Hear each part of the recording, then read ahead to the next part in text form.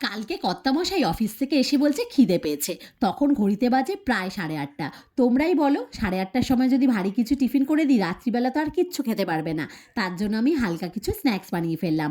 প্রথমেই দেখো ঝটপট করে আমি বিট আর গাজরটাকে ভালো করে ছেঁচে নিয়েছি। এরপরে দেখো কড়াইয়ের মধ্যে সর্ষের তেলের মধ্যে 5 ফোড়ন আর শুকনো লঙ্কা ফোড়ন দিয়ে বিট আর গাজরটাকে দিয়ে দিলাম।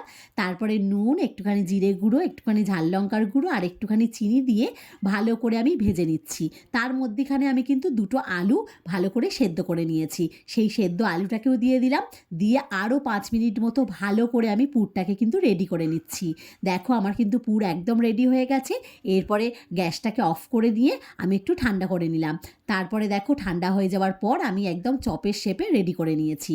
তারপরে দেখো একটা বাটিতে হচ্ছে আমি শুকনো ময়দার গুঁড়ো নিয়েছি।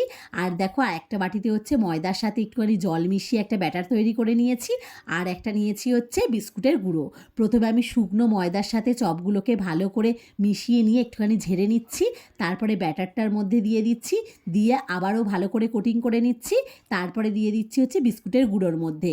দিয়ে ভালো করে কিন্তু আমি চপের শেপে একদম করে রেডি করে নিচ্ছি। এরকম করে আমি সব কটা চপ কিন্তু রেডি করে নিচ্ছি।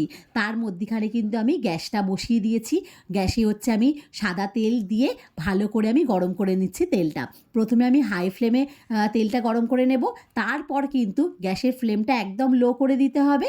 দিয়ে আমি চপগুলোকে একে একে দিয়ে দিচ্ছি। কারণ গ্যাসের ফ্লেমটা অল্প আঁচে কিন্তু এগুলোকে ভাজতে হবে। কারণ বেশি আঁচে ভাজলে কিন্তু ওপর থেকে কালো হয়ে যাবে। ভেতরে কিন্তু এই বিস্কুটের গুঁড়োটা দেওয়ার জন্য ভেতরটা কিন্তু নরম হয়ে থাকবে। তার জন্য একদম কুরকুরে করার জন্য অল্প আঁচেই কিন্তু এটাকে ভেজে নিতে হবে। দেখো আমার একদম রেডি হয়ে গেছে। আমার পুপুসোনাকেই প্রথমে দিয়ে দিচ্ছি।